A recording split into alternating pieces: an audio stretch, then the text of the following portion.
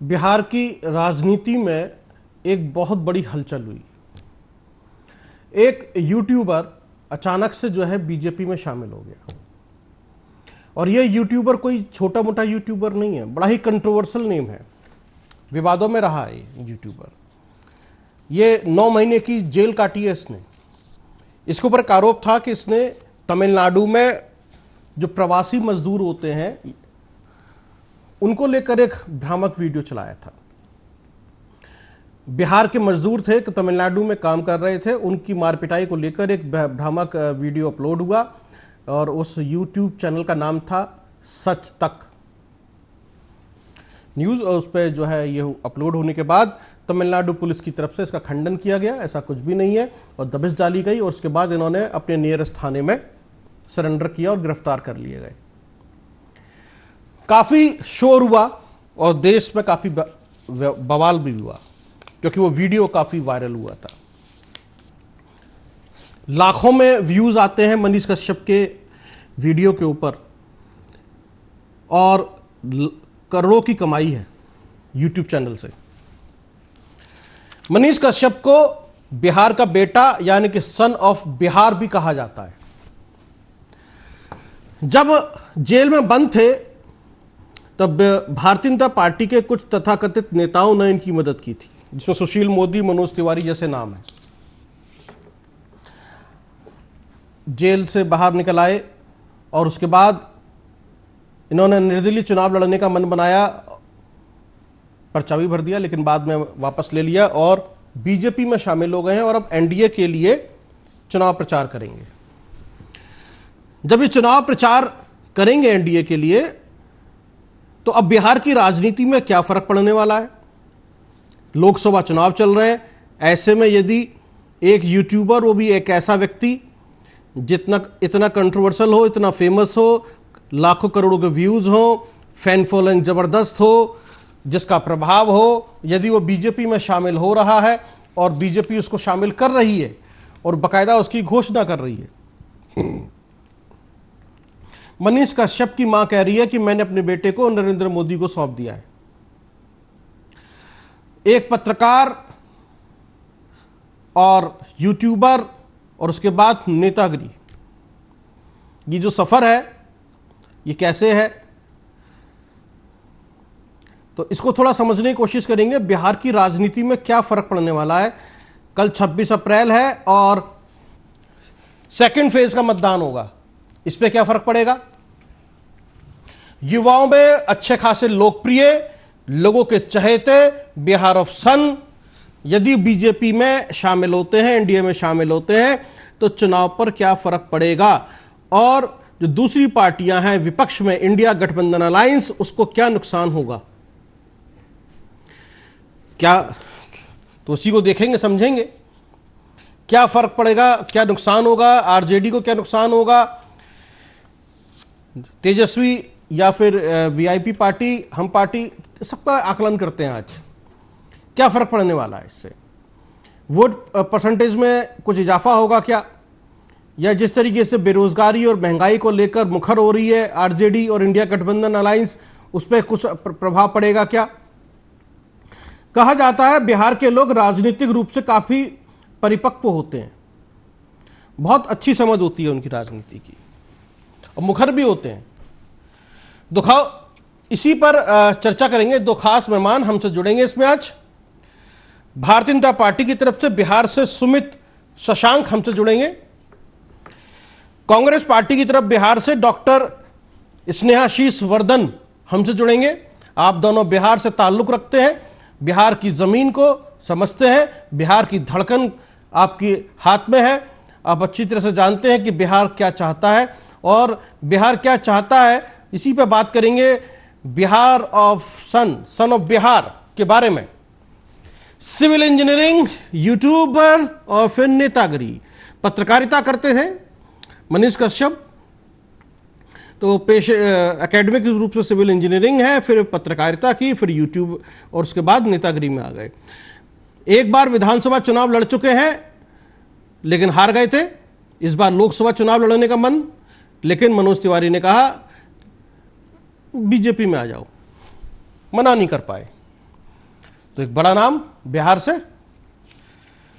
Sumit Shashank Bharatiya Janata party की तरफ से बिहार से, और कांग्रेस में बिहार की तरफ से डॉक्टर स्नेहाशीष वर्धन जुड़ेंगे।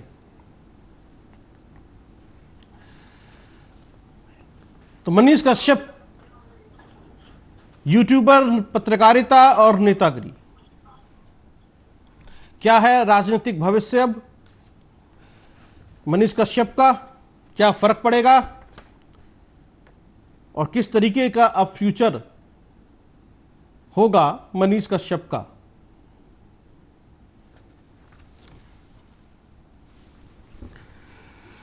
चलिए चर्चा को आगे बढ़ाते हैं। हमारे साथ में भारतीय जनता पार्टी की तरफ से सुमित शशांक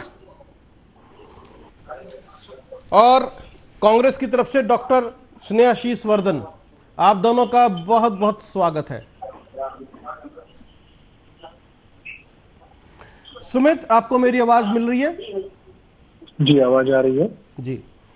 सुमित, आज एक यूट्यूबर कम पत्रकार और फिर नेतागिरी और सीधे भारतीय जनता पार्टी में शामिल, मतलब इसके पीछे क्या रणनीति है भारतीय जनता पार्टी की कि मनीष कश्यप को बीजेपी में शामिल कर लिया गया, वो भी लोकसभा चुनाव के दौरान? देखिए, सबसे पहले एक बात मैं बोलना चाहूंगा, और डॉक्टर स्नेहाशीष जी भी यहाँ पे हैं जी, तो निश्चय ही मुझे लगता है कि राजनीति से अलग हटके वो भी इस बात का समर्थन करेंगे। युवाओं को प्रत्येक दल में आगे बढ़ाना जो है वो कहीं ना कहीं, अगर युवा किसी भी दल में आगे बढ़ रहे हैं तो निश्चित रूप से ये आने वाले भविष्य के लिए सुनहरा है। और निश्चित रूप से कहीं ना कहीं युवाओं को राजनीति में आना चाहिए और पढ़े लिखे युवाओं को आना चाहिए। मैदान के बाहर बैठ करके दूसरों पे टीका टिप्पणियां और दूसरों को गलत और सही बताना, इससे कहीं ना कहीं ज्यादा बेहतर है कि मैदान में उतर करके चीजों को अच्छे तरीके से समझना और युवाओं के लिए सकारात्मक योजनाओं के इम्प्लीमेंटेशन, युवाओं की भूमिका हो, इसको सुनिश्चित करना। आज जब बात मनीष कश्यप जी पर हो रही है और मनीष कश्यप जी पर जब डिबेट की बात है तो हम दो युवा यहाँ बैठ करके डिबेट कर रहे हैं। तो पार्टियों की रणनीति क्या होती है, नहीं होती है, आज देश में जिस प्रकार से आदरणीय प्रधानमंत्री नरेंद्र मोदी जी काम कर रहे हैं और जिस प्रकार से युवाओं के लिए, माताओं के लिए, बहनों के लिए, दलितों के लिए, आदिवासियों के लिए, प्रत्येक वर्ग से आने वाले व्यक्ति के लिए हम लगातार काम कर रहे हैं। 2014 में हमने बार बार बताया कि 30 वर्ष से कम आयु के 70% लोग जो है वो भारत में है, और उसके बाद आप देखेंगे कि 10 साल हो गए और 10 साल में लगातार किस प्रकार से देश जो है वो 10वीं से 5वीं सबसे बड़ी जीडीपी बना, लेकिन युवाओं का प्रतिनिधित्व कहाँ था, ये भी देखने की बात थी ना। तो युवाओं को किसने आगे बढ़ाया? तो आपने देखा होगा दक्षिण भारत में भी बहुत सारी युवाओं को आदरणीय प्रधानमंत्री नरेंद्र मोदी जी ने मौका दिया, और विभिन्न भारतीय जनता पार्टी की देखा देखी बहुत ही कम छोटे स्केल पे दूसरे पार्टियों को भी मजबूरन मौका देना पड़ा युवाओं को, ठीक है। लेकिन आज कहीं ना कहीं जब एक यूट्यूबर, कम पत्रकार, या फिर आप जो बोल रहे, लेकिन कहीं ना कहीं जिस प्रकार से उनको प्रताड़ित करने का काम तेजस्वी जी जैसे व्यक्ति ने किया, और तेजस्वी जी की जो पार्टी है, खास करके तेजस्वी जी की पार्टी से मैं बोलूंगा कि तेजस्वी जी जैसे जो लोग हैं ना, ये कभी भी, लालू जी को बहुत अच्छे से पता है कि प्रतिभावान युवा अगर कभी भी टीवी पे अगर दिख जाते हैं या फिर उनकी पार्टी के तरफ से दिख जाते हैं या दूसरी पार्टी में उनको दिखाई देते हैं, तो उनको सबसे पहले खतरा किसके लिए महसूस होता है? उनको सबसे पहले खतरा अपने दोनों सुपुत्रों के लिए महसूस होता है, अपने बेटे बेटियों के लिए महसूस होता है। स्नेहाशीष वर्धन जी यहाँ पे बैठे हैं, वो भी अच्छा बोलते हैं, अच्छे वक्ता हैं, तो ये किसके लिए खतरा है? ये कहीं ना कहीं तेजस्वी जी जैसे लोगों के लिए खतरा है, इसको समझना है। सुमित शशांक किसके लिए खतरा है? तो ये कहीं ना कहीं तेजस्वी जी जैसे लोगों के राजनीतिक भविष्य के लिए खतरा है, क्योंकि ये तेजस्वी जी और तेज प्रताप जी जैसे लोग हैं ना, विकासात्मक मुद्दों पे वो कभी भी युवाओं से बात नहीं कर सकते हैं, क्योंकि उनको पता है वो हार जाएंगे। तो वो किसके खिलाफ बोलेंगे? वो लगातार आदरणीय प्रधानमंत्री नरेंद्र मोदी जी के विषय में अपशब्द बोलेंगे, गाली गलौज की नीति अपनाएंगे, सनातन को नीचा दिखाने की बात करेंगे, धर्म को खत्म करने की बात करेंगे, देश को तोड़ने की बात करेंगे, कहीं ना कहीं सीमांचल को पाकिस्तान बनाने की बात करेंगे। यही कर सकते हैं ना, रोहिंग्याओं की बात करेंगे, लेकिन कभी भारत की सांस्कृतिक उत्थान की बात नहीं करेंगे। आज का युवा कहीं ना कहीं सांस्कृतिक उत्थान के लिए काम करता है, और सांस्कृतिक उत्थान के लिए जब हम लगे रहते हैं तो ये कहीं ना कहीं हमारे अंदर एक मोटिवेशन है। और ये शिक्षा हमने कहाँ से ग्रहण की? ये आदरणीय प्रधानमंत्री नरेंद्र मोदी जी के व्यक्तित्व का ही तो देन है। ये इस प्रकार की शिक्षा और इस प्रकार का ज्ञान हम लोगों ने अर्जित किया कि आज हम कहीं ना कहीं एक अफवाह तंत्र और एक गुंडा तंत्र के खिलाफ होकर के संगठित होकर लड़ने के लिए खड़े हैं। और किन्हीं चलिए ठीक है, मनीष आपकी बात मुझ तक आ गई सुमित, मैं समझ गया आपने जो कहा। युवाओं के लिए और युवाओं को राजनीति में मौका देने के लिए, आगे बढ़ाने के लिए आपकी पार्टी को ये सबसे अच्छा और सही वक्त लगा कि एक ऐसे युवा को आना चाहिए जो युवाओं को इन्फ्लुएंस कर सकता है या युवाओं पर एक प्रभाव डालता है, युवाओं का एक रोल मॉडल बन सकता है। तो कितना अच्छा रोल मॉडल है, क्योंकि तमिलनाडु का मामला है और जिस तरह से प्रवासी मजदूरों को लेकर उन्होंने जेल काटी थी भ्रामक वीडियो को लेकर और दबिश डाली गई थी, वो किसी से छिपा हुआ नहीं है, 9 महीने की जेल है वो। कांग्रेस प्रवक्ता है हमारे साथ में, डॉक्टर स्नेहाशीष कैसे देखते हैं, क्योंकि तमिलनाडु वाले मामले से सबसे ज्यादा चर्चा में आए मनीष कश्यप।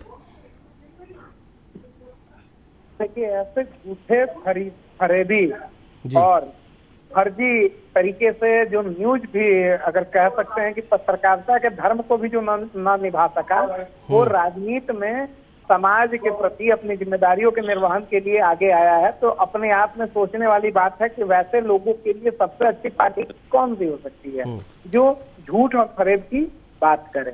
और झूठ और फरेब की बात करने वाली पार्टी भारतीय जनता पार्टी है। और वही भारतीय जनता पार्टी ऐसे जो डिग्री लेके भटक रहा था एक युवा, जिसको नहीं मालूम था कि इंजीनियरिंग करने के बाद पत्रकारिता करना है कि पत्रकारिता के बाद इंजीनियरिंग, जिसे नहीं मालूम था कि गाली देने वाले व्यक्ति जो बार बार गाली देता था और सांप्रदायिक बातें करता था, उसके लिए सबसे मुफीद जगह थी वो है भारतीय जनता पार्टी। और भारतीय जनता पार्टी में जब चुनाव लड़ने के लिए आपने क्षेत्र में हवा बना दी है आप कि हम चुनाव लड़ रहे हैं, और उसके बाद आप जा रहे हैं और धीरे से भाजपा में शामिल हो जा रहे हैं, वैसे युवाओं की स्थिति क्या हो रही होगी जो इनके पीछे घूम रहे होंगे।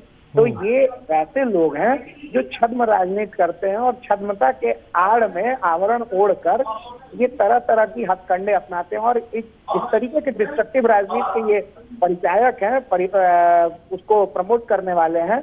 वो ऐसी स्थिति में इनको भारतीय जनता पार्टी के अलावा कोई और दल लेने वाला भी नहीं था, क्योंकि झूठ और फरेब की राजनीति वही कर सकते हैं, हिंदू मुस्लिम की राजनीति वही कर सकते हैं, गाली गलौज की राजनीति वही कर सकते हैं, महिलाओं के प्रति गलत भावना वही रख सकते हैं। बिहार की छवि को धूमिल करने वाले नरेंद्र मोदी जी के पीछे वैसे ही युवा बिहार के खड़े होंगे जो बिहार की छवि को धूमिल करते हैं। तो वैसे लोगों को यूट्यूबर जो प्रोपेगेंडा फैलाते हैं, जो झूठ फरेब की राजनीति, मैंने फिर से कहा कि जो प्रोपेगेंडा फैलाते हैं, वैसे लोग जो सिमुलेशन के तहत आप कह सकते हैं कि जो घटना घटित ही नहीं हुई, उस घटना को बिहार में रिक्रिएट कर रहे हैं और क्रिएट कर रहे हैं। ऐसे लोग जो झूठे लोग हैं वो भारतीय जनता पार्टी में ही फल फूल सकते हैं, और भारतीय जनता पार्टी ऐसे लोगों को गले लगाती है, और वो भी किसके थ्रू लगाया गया है वो भी अपने आप में हंसी वाली बात है। ऐसे व्यक्ति के द्वारा लगाया गया जो अपने ही झूठ की राजनीति में दिल्ली को उलझाए हुए हैं, वैसे ही व्यक्ति के साथ ये जाके शामिल होते हैं और उसके बाद मोदी जी के कसीदे पढ़ने लगते हैं। तो ये समझने वाली बात है कि ये व्यक्ति इतने दिनों से यही पहुंचने के लिए तरह तरह के प्रपंच रच रहा था, और ऐसे व्यक्तियों से बिहार की राजनीति में कोई अंतर नहीं आने वाला है। ये यूट्यूबर इन्फ्लुएंसर हो सकते हैं, वैसे 2-4 बच्चों को प्रभावित कर सकते हैं, लेकिन ये बिहार की राजनीति को प्रभावित नहीं कर सकते हैं। जी, बिहार की राजनीति को प्रभावित नहीं कर सकते हैं, लेकिन बीजेपी तो सोच रही है कि बिहार की राजनीति को प्रभावित करेंगे। जैसे कह रहे हैं कि 30 वर्ष से आसपास के 70% युवा हैं बिहार के अंदर। युवाओं के लिए जो है भारतीय जनता पार्टी सोच रही है, एक रोल मॉडल चाहिए, एक रोल मॉडल के रूप में मनीष कश्यप दिखाई दे रहा है। और जिस तरीके की उसकी अभी तक कार्यशैली रही है, ठीक है जो भी किया उसने, लेकिन बीजेपी को फायदे का सौदा दिखाई देता है इसके अंदर। आप कह रहे हैं कि नहीं होगा, ऐसा कुछ नहीं होगा, फिलहाल वो पता चलेगा कितना फायदे का सौदा है या कितना नुकसान का सौदा है।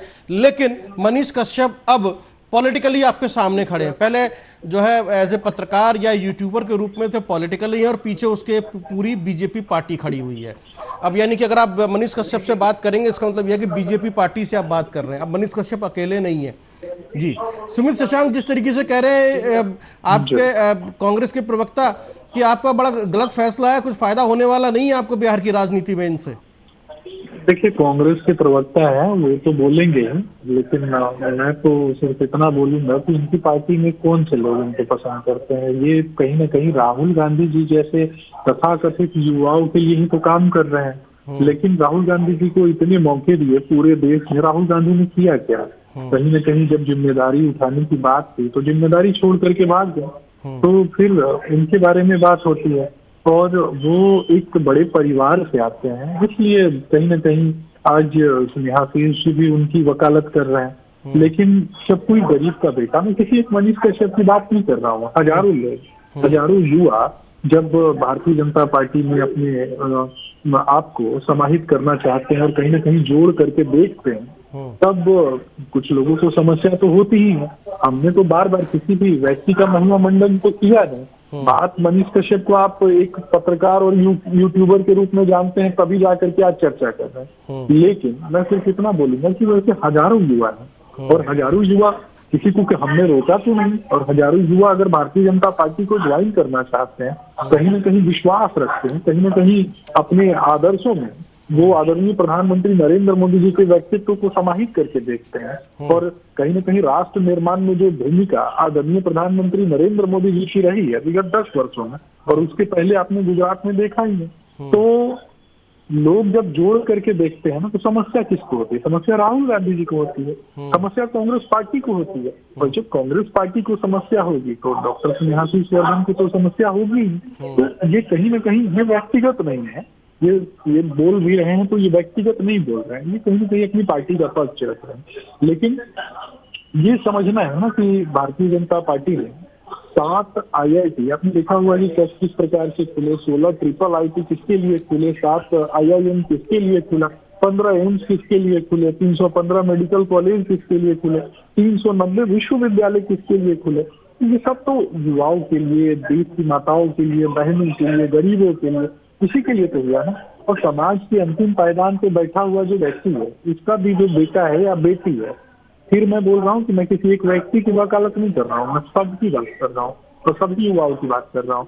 तो इनके भी तो बच्चों के कुछ सपने होते हैं, उनको भी तो आगे बढ़ना चाहिए, सबको आगे बढ़ना चाहिए। हजारों युवाओं से मैं प्रार्थना करता हूँ, सबको बोलेंगे, सभी बाहर हैं, सबका स्वागत करती है भारतीय जनता पार्टी। ठीक है मनीष कश्यप, नहीं ठीक है, आपने कहा युवाओं को राजनीति में आना चाहिए, वो अगर कोई भी राजनीति में आना चाहता है किसी पार्टी की सदस्यता ले सकता है, उसका स्वागत होता है। लेकिन इतना भव्य स्वागत होना, इतना भव्य स्वागत मतलब, और उसके लिए एक बहुत बड़ी प्रेस कॉन्फ्रेंस, उसके बाद मनोज तिवारी और जैसे लोग वहाँ खड़े रहें, उसके बाद वो JP नड्डा साहब से मिलने जाएं और वहाँ से एक फ़ोटो उसको जो है पोस्ट करें, फिर उनकी माँ कहें कि मैंने अपना बेटा जो है नरेंद्र मोदी जी को सौंप दिया, और वो भी एक इस तरह का। तो ये इतना कोई छोटी मोटी घटना तो है नहीं जिस पे आज हम बैठ के चर्चा कर रहे हैं। बिहार की राजनीति में एक बड़ी घटना है, सियासी घटना है, और लोकसभा चुनाव चल रहे हैं। कल 26 अप्रैल का मतदान, दूसरे चरण का मतदान होना है। वोटिंग परसेंटेज वैसी डाउन है, और अपने युवाओं का जिक्र किया है, तो बीजेपी अपना फायदा ढूंढ रही है उसके अंदर कि युवाओं के वोट जरूर मिलेंगे, और जो उनसे इन्फ्लुएंस है उनको जरूर मिलेगा, और एक मुखर वक्ता या फिर एक जो है वो मिलेगा आपको। देखिए, भारतीय जनता पार्टी हमेशा से मुद्दों की राजनीति करती है। भारतीय जनता पार्टी ने हमेशा मुद्दों पर के आधार पर प्रत्येक व्यक्ति के कल्याण के लिए योजनाएं बनाई। हम सिर्फ क्षणिक सुख के लिए और क्षणिक कुछ लोगों को लेने के लिए और उनको तुष्टिकरण के लिए काम नहीं करते हैं। और रही बात, शायद आपको जानकारी एकत्रित करने की आवश्यकता है कि जब कभी भी कोई भी दिल्ली में जब किसी व्यक्ति की ज्वाइनिंग होती है तो एक प्रेस कॉन्फ्रेंस के माध्यम से ही होती है। और जितने नेता हैं जिन्होंने दूसरी पार्टियों को छोड़ करके भारतीय जनता पार्टी को ज्वाइन किया, अथवा बहुत सारे ऐसे हजारों युवा हैं, मैं तो दिल्ली कार्यालय में लगातार आते जाते रहता हूँ, मैंने देखा है कि हजारों युवाओं का जब भी ज्वाइनिंग होता है तो भव्य कार्यक्रम ही उसको आप बोल सकते हैं, तो भव्य कार्यक्रम के माध्यम से ही होता है और सबका स्वागत भारतीय जनता पार्टी करती है। हजारों इंजीनियर, हजारों डॉक्टर्स, हजारों अपने अपने पैसे में सुमित जो लोग शशांक, जिस निपुण तरीके से हैं, आप ऐसे कह बहुत रहे से लोग हैं ज्वाइन कि करते हैं, सबका इस तरह से स्वागत नहीं होता है। एक व्यक्ति आपके 5 पंथ मार्ग ऑफिस जाता है, रसीद कटवाता है, सदस्यता ले लेता है, अशोक मार्ग जाता है, सदस्यता ले लेता है, लेकिन भव्य कार्यक्रम नहीं होता है। तो ये हमें भी पता है कि किस तरीके से कार्यक्रम होते हैं, किस तरीके से प्रेस कॉन्फ्रेंस होती है, किस तरह सदस्यता ली जाती है। मिस कॉल के जरिए भी सदस्यता ले लेते हैं, वैसे ही पर्चियां कट जाती हैं। तो ऐसा नहीं है, वो हमें भी पता है किस तरह से सदस्यता ली जाती है, किस तरह से नहीं ली जाती है। फिलहाल यहां पर यह है कि आपकी पार्टी ने जो फायदा सोचा, हम सिर्फ ये आकलन करने के लिए बैठे हैं कितना फायदा होगा और कांग्रेस इसको किस नजरिए से देखती है। आपका अपना आकलन है। अब जैसे कांग्रेस प्रवक्ता बैठे हैं, कह रहे हैं कि भाई ये सांप्रदायिक व्यक्ति है। आप मानते हैं कि मनीष कश्यप से जो है कोई फर्क नहीं पड़ेगा? बताइए स्नेहाशीष। बिल्कुल बिल्कुल। अच्छा जी जी स्नेहाशीष बताइए। इसे आपने जैसे बताया अपने इंट्रो में कि सन ऑफ बिहार, इसे ठग ऑफ बिहार कहा जा रहा था उसी वक्त से जब यह तथ्य तमिलनाडु वाला क्रिएट किया था, एक नाटक वाला जो सीन जिससे बिहार की छवि को धूमिल करने का प्रयास किया जा रहा था, उस वक्त ठग ऑफ बिहार कहा जाता है। और इस व्यक्ति के भाजपा में शामिल होने से या किसी भी ऐसे सांप्रदायिक पार्टी में शामिल होने से इस बिहार की राजनीति को कुछ नहीं फर्क पड़ने वाला है। और बिहार से 39 सांसद मिले थे एनडीए को, नेशनल डिस्ट्रक्टिव अलायंस को, और नेशनल डिस्ट्रक्टिव अलायंस ने आदर्श ग्राम की स्थिति को क्या किया आज पूछ लीजिए। तो अगर एक और ऐसा ही झूठा फरेबी शामिल हो जाए, इससे क्या अंतर हो जाएगा? इन लोगों के साथ दिक्कत ये है कि देखिए, इन लोगों के शामिल होने से, ये लोग इन्फ्लुएंसर हैं, यूट्यूब पे 2, 4, 5, 10 अपने लच्छेदार बातों को लेके पहले तो फर्जी डिग्रीधारी पत्रकार ही हैं। ऐसे मैं मानता हूं कि वर्तमान दौर में ऐसे पत्रकारों को जो भाजपा के लिए खुलेआम बैटिंग करते हैं, मनीष कश्यप से प्रेरणा लेके उन्हें भी शामिल हो जाने की जरूरत है भारतीय जनता पार्टी में। इस तरीके की चीजें हो जानी चाहिए, क्योंकि छद्म रूप में आप कितने दिन घूमिएगा। तो मनीष कश्यप ने आज अपने छद्म आवरण को निकाला है और अपनी सांप्रदायिकता, अपनी जो एक पार्टी के प्रति उसकी जो प्रोपेगेंडा, जो पैसे से पल रहा था उसकी पत्रकारिता, उसे उसने आज साबित कर दिया। और ये बताने के लिए काफी है कि बिहार में ऐसे अभी बहुत सारे लोग घूम रहे हैं। चलिए, कम से कम आपके रिएक्शन से इतना तो समझ में आया कि भारतीय जनता पार्टी ने सही जगह चोट की है। आपकी रिएक्शन से इतना तो समझ में आया कि मनीष कश्यप को ले उड़े, देख सही जगह चोट कर दी, इसलिए आप इतना जो है उनको कोस रहे हैं मनीष कश्यप को। लेकिन फायदे में चली गई बीजेपी, इतना दिखाई दे रहा है स्नेहाशीष। अब कैसे, अब चुनाव पे असर तो पड़ेगा, क्योंकि आपकी छटपटाहट, आपकी वो चीजें बता रही हैं। बोल रहा हूं कि फायदे में नहीं, वहां पे ये तीसरा कोण जो बनाने का प्रयास कर रहा था यह सत्य, अब वो सीधे सीधे लड़ाई हो गई है। तो जो कंफ्यूजन की स्थिति बनी हुई थी वो तीसरा कोण कहां से बनाएगा? विधानसभा चुनाव तो पहले हार चुका है वो, उसको वहां पे जिस तरह की हालत थी बताइए। भूमि जो गांधी के भूमि के नाम से हम लोग जानते हैं, उस गांधी के भूमि पर सांप्रदायिक ताकतों को हराने में हमें और सहूलियत मिलेगी। चलिए ठीक है, लेकिन आपके रिएक्शन से इतना समझ में आया। देखिए, अब इनका रिएक्शन देख के समझ में आता है सुमित कि आपने चोट सही जगह की है। बिल्कुल बिल्कुल बिल्कुल। देखिए, सांप्रदायिक कौन है और सांप्रदायिक पार्टी कौन है पूरा देश जानता है। अगर 100 करोड़ हिंदू इस देश में रहते हैं और सनातन संस्कृति में बसे हुए भारतवर्ष की अगर हम बात करते हैं, उनकी धार्मिक आस्था की रक्षा करने की बात करते हैं, और मैं सीना ठोक के आपके चैनल पे बोलता हूँ कि 100 करोड़ हिंदू इस देश में रहते हैं, उनकी सनातन की जो आस्थाएं हैं और सनातन के खिलाफ अगर कोई बोलेगा तो निश्चित रूप से उसमें सबसे आगे जो है वो सुमित शशांक जो है उसका विरोध करने में खड़ा रहेगा, भारतीय जनता पार्टी खड़ा रहेगी। तो निश्चित रूप से हम तो 100 करोड़ सनातन मान्यताओं में बसे हुए जो लोग हैं उनकी धार्मिक आस्था की रक्षा करने की बात करते ही है। लेकिन ये क्या करते हैं, और ये सनातन को डेंगू, मलेरिया, एड्स बताने वाले लोग, ये सनातन को पॉइजन बताने वाले लोग, ये सनातन को कहीं ना कहीं, सनातन को ये लोग क्या कहते हैं कि पोटेशियम साइनाइड है। दक्षिण भारत में एक सम्मेलन होता है, उस सम्मेलन का नाम है सनातन विरोधी उन्मूलन सम्मेलन, और उस सम्मेलन में स्टालिन जाकर के कहता है कि सनातन डेंगू है, मलेरिया है, एड्स है। और ऐसे लोग जो हैं, इनकी पार्टी के जो लोग हैं, राहुल गांधी जी जैसे लोग हैं, वो गलबहियां करते हैं उसके साथ। और ये भी तो जवाब देना पड़ेगा ना कि केरल में एक दल है वो कहता है कि हिंदुओं को मार करके मंदिरों के ऊपर टांग दिया जाएगा या मस्जिदों के ऊपर टांग दिया जाएगा, उसी की तारीफ जा करके लंदन में कौन करता है? तो राहुल गांधी जी करते हैं। तो इनको जवाब देना पड़ेगा ना कि सांप्रदायिक कौन है, किसके तुष्टीकरण के लिए काम करते हैं। तो रोहिंग्या के गोद में बैठ के खेलने वाले लोग ये ज्ञान देंगे क्या भारतीय जनता पार्टी को सांप्रदायिक होने का? 100 करोड़ हिंदू जिस देश में रहते हैं, सनातन मान्यताओं में बसा हुआ भारतवर्ष है, उनकी धार्मिक आस्था का अगर हम सम्मान करते हैं और उनकी धार्मिक आस्था और बचाए रखने में अगर हम कहीं ना कहीं साथ खड़े होते हैं तो इसमें गलत क्या है? हम तो सीना ठोक के कहते हैं कि हम खड़े हैं। और कोई भी अगर उनको खत्म करने की बात करेगा, राम मर्यादा पुरुषोत्तम भगवान श्री राम के संस्कारों को जो खत्म करने की बात करेगा, राम मंदिर को तोड़ने की बात करेगा, उसके खिलाफ तो सबसे पहले सीना ठोक के हम खड़े रहेंगे। वो तो कह रहे हैं ठीक है हम तो हैं हिंदुओं के साथ में, आप लोग जो है सांप्रदायिक हैं, आप लोग फैला रहे हैं, जिस तरह से एग्जाम्पल उन्होंने दिए अभी साउथ के।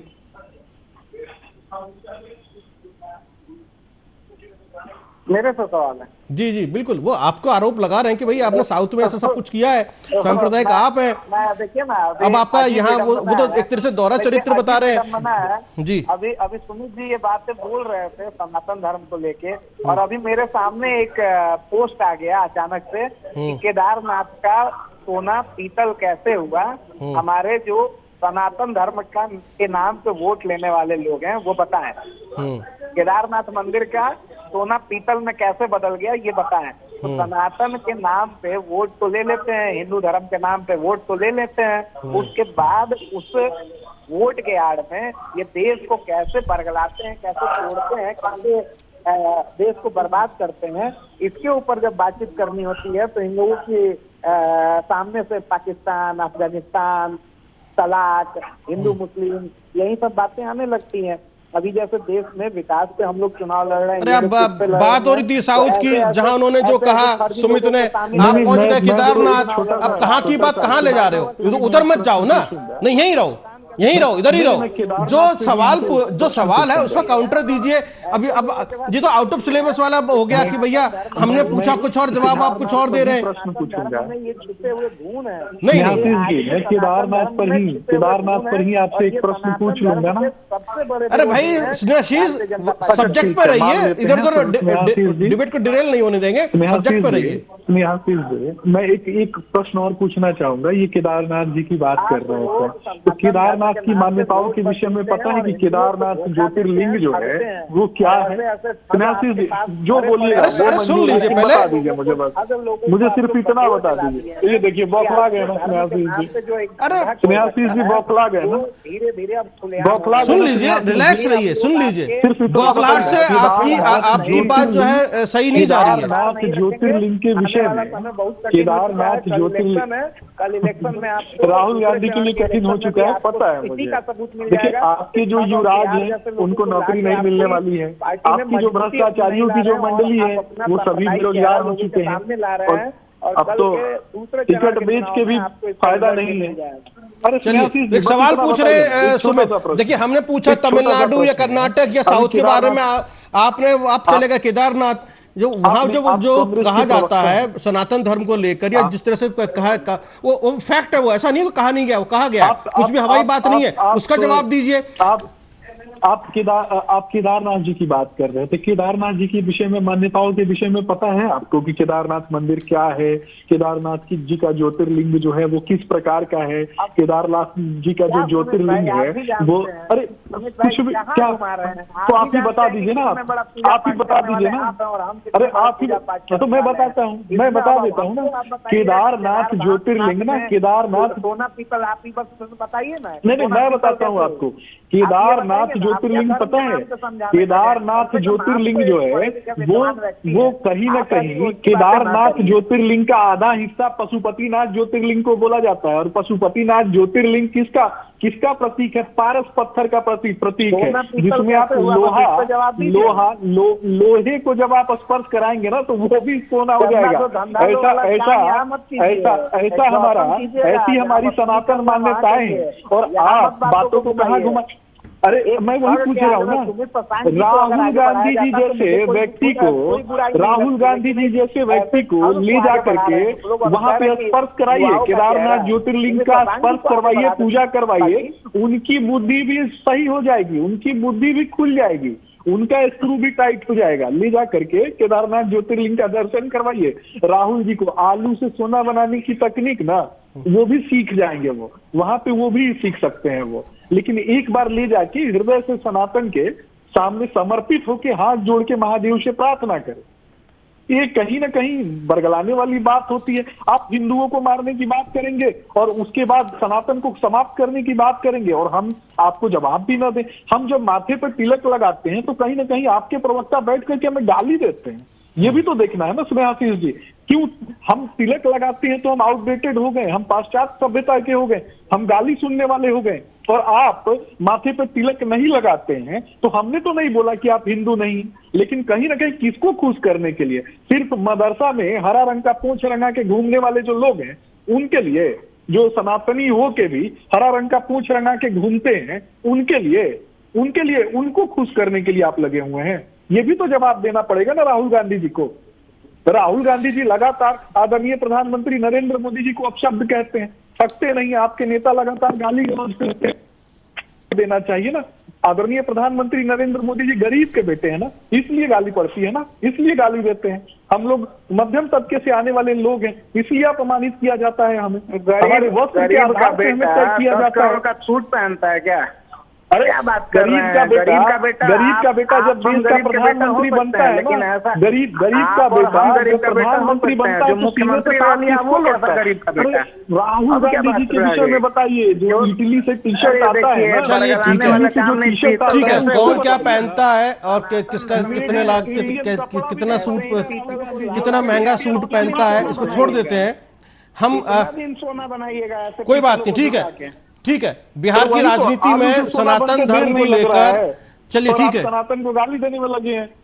देखिए छोड़ दीजिए ना सनातन की बात, छोड़ दीजिए। मैं सिर्फ इतना पूछता हूँ ना स्नेहाशीष जी, बस इतना बताइए ना, चिराग पासवान बेचारे की क्या गलती थी, चिराग पासवान जी की क्या गलती थी, जो एक दलित माँ को गाली दिलवाने का काम, और वहां पे सोनिया गांधी जी की क्या गलती थी? समझने वाले एक नेता है ना, एक बाहुबली, एक पति, सोनिया गांधी की स्त्री थी, इसलिए मैं पूछूं। अच्छा मुझे इतना बताइए, सोनिया गांधी जी मंगलसूत्र पहनती थी क्या, जरा बता दीजिए तो। आप लोग सांप्रदायिक राजनीति के परिचायक हैं, ये बताइए इटली में कौन मंगलसूत्र पहनता है, जरा हमको ये बता दीजिए। अरे हमको इतना बताइए कि इटली में कौन मंगलसूत्र पहनता है जी? इटली में मंगलसूत्र पहना जाता है क्या? इटली में तो बहुत सारे विवाह का वही प्रचलन है। अब देखिए मंगलसूत्र, देखिए आप तो पढ़े लिखे हैं, थोड़ा एक बार कांग्रेस का न्याय पत्र पढ़ लीजिए। क्या बात कर रहे हैं? कांग्रेस का न्याय पत्र भी पढ़ा है, मंगलसूत्र का जिक्र है, कांग्रेस की उत्पत्ति का सुरक्षा वाल सिद्धांत भी पढ़ा है, और कहाँ भी जानता हूँ, पाला पोसा, ऐसी बातें ही कहाँ आई है कांग्रेस में। लोग तुष्टीकरण के लिए, कांग्रेस का जब जन्म होता है तो इस्लामिक तुष्टीकरण के लिए आपने कितने कांग्रेस के अध्यक्ष जो हैं, चाहे बदरुद्दीन तैयब जी हो, चाहे उस प्रकार के लोगों को आप लेकर के आए, क्या उस समय सुभाष चंद्र बोस को तो आपने हटा दिया? उस पर तो बात करेंगे नहीं। गरम दल, नरम दल, सब पता है ना, लेकिन आप बताते हैं कांग्रेस की उत्पत्ति गुलाम, खिलजी, तुगलक, सैयद, लोदी, मुगल, अफगान, और उसके बाद कौन? ब्रिटिश ईस्ट इंडिया कंपनी, और उसके गोद में उसका एक बाल बुतरू जो है, छोटा सा बच्चा, वो कांग्रेस जन्म लेता है। और कैसे फूट डालो, राज करो, नफरत फैलाओ, इसकी नीति पर एक से बढ़कर एक परिवारवाद की जमात वाले लोग। कौन? तो ये राहुल गांधी जी इतना टैलेंटेड है कि उनके पीछे घूम रहे हैं। आलू से सोना बनाना सिखाएं आपको। चलिए ठीक है, जिस तरीके से अभी कांग्रेस प्रवक्ता कह रहे थे, साउथ का आपने जिक्र किया, लेकिन जब उत्तर भारत में आते हैं और अयोध्या का जिक्र होता है, जैसे अभी अमेठी से और रायबरेली से जब नामांकन की बात चल रही है, तो रामलला के दर्शन करने राहुल गांधी और प्रियंका गांधी वाड्रा जाएंगे और उसके बाद नामांकन करेंगे। और जिस तरीके से यानी कि एक अलग तरह की कांग्रेस पार्टी को काफी असहज स्थिति का सामना करना पड़ता है जब उनके नेता इस तरह के बयान दे देते हैं या फिर इस तरह के स्टेटमेंट पास हो जाते हैं, तो फिर एक असहज स्थिति हो जाती है और बाद में ये कह दिया जाता है कि ये उनका व्यक्तिगत बयान हो सकता है फिलहाल। लेकिन जब इस तरह के बयानबाजी होती है तो चाहे फिर वो हिंदू हो या हिंदू धर्म से जुड़े हुए लोग हों या जो भी, या भारतीय जनता पार्टी हो, आलोचना तो करती है, सवाल तो उठाती ही है इसके ऊपर। वो लोग सवाल पूछेंगे इसके ऊपर, जैसे भी कांग्रेस के प्रवक्ता से सवाल पूछा जा रहा था, इस वक्त वो यहाँ मौजूद नहीं है, फोन लाइन कट गई है और जैसे जुड़ती है दोबारा फिर उनसे बातचीत करेंगे, समझेंगे। फिलहाल इतना जरूर है सुमित, मनीष कश्यप आ चुके हैं आपकी पार्टी में और भारतीय जनता पार्टी का वो के लिए प्रचार करेंगे। जिस तरीके से उनकी वर्किंग रही है धर्म को लेकर, सनातन धर्म को लेकर, या जिस तरह से मुखर रहे हैं वो, और उनके जो भगवा वस्त्र है वो भी बताते हैं काफी मुखर, और उनके जो यूट्यूब की वीडियो है वो भी बताते हैं जिस तरीके से वो बात करते हैं। तो आपको एक ऐसा मुखर वक्ता जरूर मिला है जो सनातन धर्म पे या धर्म पर बोलेगा। मैं आपको एक चीज बताना चाहूंगा जी कि मनीष जी और मैं दोनों ही आस पड़ोस के जिलों से हैं और कहीं न कहीं एक युवा है, और मैं प्रत्येक युवा का भारतीय जनता पार्टी में जब कोई युवा आता है और खास करके जब एक पढ़ा लिखा युवा आता है तो सबसे ज्यादा खुशी होती है मुझे।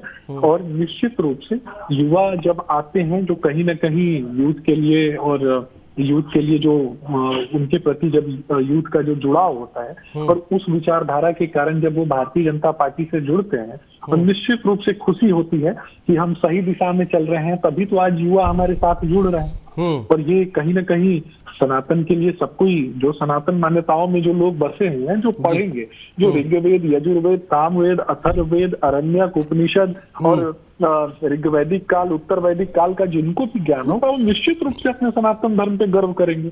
हजारों लाखों वर्षों पुरानी हमारी पद्धति है, सभ्यता है, और इस सभ्यता पे हमें गर्व है। हम माथे पे अगर तिलक लगाते हैं तो साथ साथ लैपटॉप चलाना भी जानते हैं, और साथ साथ इसरो में भी हमारी तकनीक जो है वो भी पूरी दुनिया ने देखी है। और शस्त्र उठाने में भी अगर कोई आगे रहा है तो भारत, इसका तो उदाहरण आपने मौर्यकालीन व्यवस्था में आपने देखा होगा। बिल्कुल बिल्कुल बिल्कुल। इससे बढ़कर एक जो विदेशी आक्रांता है उनको भी भारत की भूमि को छोड़ करके भागना पड़ा। बिल्कुल। चलिए खैर, जिस तरीके से अब मनीष कश्यप आ गए हैं तो सीमांचल में जहां पर ओवैसी साहब का एक प्रभाव देखा जाता है, विधानसभा चुनाव में काफी उन्होंने नुकसान भी पहुंचाया था, तो किस तरीके से अब चुनाव प्रचार करेंगे मनीष कश्यप आपकी पार्टी के लिए, ये थोड़ा सा आप जरूर बताएं, कैसे अब उनकी क्या रहेगा काम?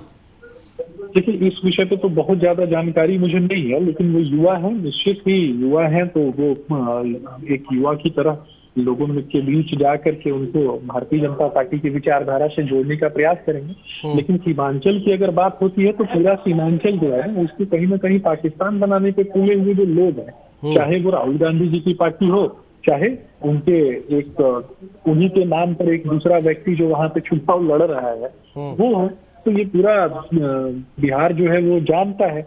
वो समय पड़ने पे, मैंने बार बार बोला, ये पूंछ रंगाने की जो बात होती है ना, तो ये अपॉर्चुनिस्ट हैं लोग, कभी भी ये रोहिंग्या को खुश करना चाहते हैं, रोहिंग्या मुसलमानों को खुश करने वाले लोग हैं।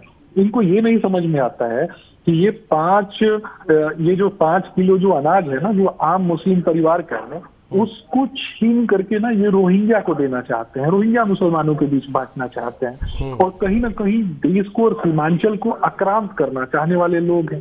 तो ऐसे लोगों से ये एक ही तख्ती गले में लाद करके घूमने वाले व्यक्ति का नाम है पप्पू यादव। तो कांग्रेस की नैया डुबाने के लिए एक ही पप्पू काफी है, तो दूसरे की आवश्यकता क्या है ये भी पूरा देश जानता है। तो ये पप्पू मंडली जो है, इससे पूरा देश जो है वो सतर्क है, सजग है, और देश तो पहले से ही सजग है, क्योंकि जहां भी जाते हैं वहीं चुनाव हारते हैं। चलिए ठीक है, लेकिन फिर भी हम जो समझ रहे हैं, और मनीष कश्यप का जो एक प्रभाव है और युवाओं में जो क्रेज है, अभी दिल्ली में भी चुनाव है 25 मई को, और मनोज तिवारी के सामने जो है कन्हैया को खड़ा करने की कोशिश जैसे चल रही है कि कन्हैया चुनाव लड़ सकते हैं, और तो कन्हैया के लिए, ये कन्हैया के टक्कर में एक सपोर्ट में जो है मनोज तिवारी के साथ में मनीष कश्यप को देखा जा रहा है, जिसको कि निश्चित रूप से कन्हैया कहीं नहीं ठहरेगा। कन्हैया तो देशद्रोही तत्वों के साथ खड़े रहने वाले लोग है ना। कन्हैया तो बिहार की धरती में भी कहीं ना कहीं खदेड़ के भगाया, और पूरे बिहार में वो शुरू में वो चाहते थे कि यहाँ पे चुनाव लड़े जीते, लेकिन यहाँ एक बड़े ही कद्दावर नेता से उनका मुकाबला हुआ। कहीं भी जहां भी कन्हैया गए वहां उनका विरोध हुआ। और रही बात देश के केंद्र दिल्ली में, भारत तेरे टुकड़े होंगे इंशा अल्लाह का नारा लगाने वाला जो व्यक्ति है और वैसे लोगों के साथ खड़े रहने वाला व्यक्ति है, एक कश्मीर को अलग करने की बात करने वाले लोग हैं। और कश्मीर में कांग्रेस का एक नेता कहता है, आमिर करके कुछ नाम है, वो कहते हैं कि आतंकियों को ये फंड मुहैया कराने की बात करते हैं। ये आतंकियों को कहते हैं कि अगर कांग्रेस की सरकार बनती है तो आतंकी जो भी मारे गए उनके परिवार को 1-1 करोड़ रुपया देंगे। इससे ज्यादा नीच और घटिया बयान और कुछ हो सकता है क्या? और इससे ज्यादा नीच और घटिया मानसिकता किसी की हो सकती है क्या? तो निश्चित रूप से मनीष कश्यप और कन्हैया की तुलना जो है ना कहीं गलत है। मनीष कश्यप नहीं, तुलना जो है नहीं, उनके अगेंस्ट आप खड़ा करेंगे चुनाव प्रचार में, जिससे कि वो काउंटर कर सके मनीष कश्यप जिस काम के लिए फेमस हैं, काफी मुखर हैं, अच्छे वक्ता हैं, चाहे सनातन धर्म या धर्म को लेकर काफी अच्छे ढंग से बोलते हैं, जानकारी अच्छी रखते हैं, जिसके से उनकी एक पहचान बनी है। तो शायद कन्हैया के सामने जो है एक प्रचारक के रूप में जरूर खड़े होंगे मनोज तिवारी के चुनाव में। कन्हैया तो हमारे एक वार्ड का जो मंडल अध्यक्ष है ना वहाँ का, दिल्ली का, उसके सामने वो टिक नहीं सकता। तो फिर बाकी अन्य नेताओं की तो बात अलग है। और भारतीय जनता पार्टी का जो और युवा विंग जो है जी, तब तो पूरा देश जानता है कि हाथ कंगन को आरसी क्या, पढ़े लिखे को फारसी क्या। तो ये बोया पेड़ बबूल का तो आम कहाँ से पाएंगे? तो बबूल बोने वाले लोग, नफरत का जहर बोने वाले लोगों को प्यार कहाँ से मिलेगा? तो ऐसे लोगों को तो कहीं ना कहीं पाकिस्तान भेजने की तैयारी जो है हो चुकी है। ये या तो जेल में जाएंगे इस प्रकार के लोग, भारत को खंडित करने की बात करने वाले लोग, या फिर इनको पाकिस्तान जाना पड़ेगा। चाहे वो एक कन्हैया नाम रख लेने से थोड़े ना कुछ हो जाता है। चलिए, नाम रख लेने से तो कुछ होता नहीं है। बिल्कुल देशद्रोहियों को और देश को टुकड़े टुकड़े करने की बात करने वाले जो लोग हैं, उनको तो कहीं न कहीं जनता ही करारा जवाब देगी ना। बिल्कुल सही बात ही छोड़ दीजिए ना, भारतीय जनता पार्टी के युवा नेताओं की तो बात ही छोड़ दी। चलिए ठीक है, भारतीय जनता पार्टी के युवा नेता जो है अब क्या करने जा रहे हैं? मनीष कश्यप जो है भारतीय जनता पार्टी में शामिल हो चुके हैं, एक युवा नेता के रूप में वो शामिल हुए हैं। एनडीए के लिए प्रचार करेंगे, भारतीय जनता पार्टी के लिए काम करेंगे। और भारतीय जनता पार्टी कहती है, सुमित शशांक ने कहा कि युवाओं को मौका भारतीय जनता पार्टी देती है और उन युवाओं को राजनीति में आना चाहिए। और एक सही समय था, सही वक्त था जिसमें एक मनीष कश्यप जैसे युवा नेता को राजनीति में आ जाना चाहिए था। मनोज तिवारी के सानिध्य में मनीष कश्यप ने आज जो है भारतीय जनता पार्टी की सदस्यता ग्रहण कर ली।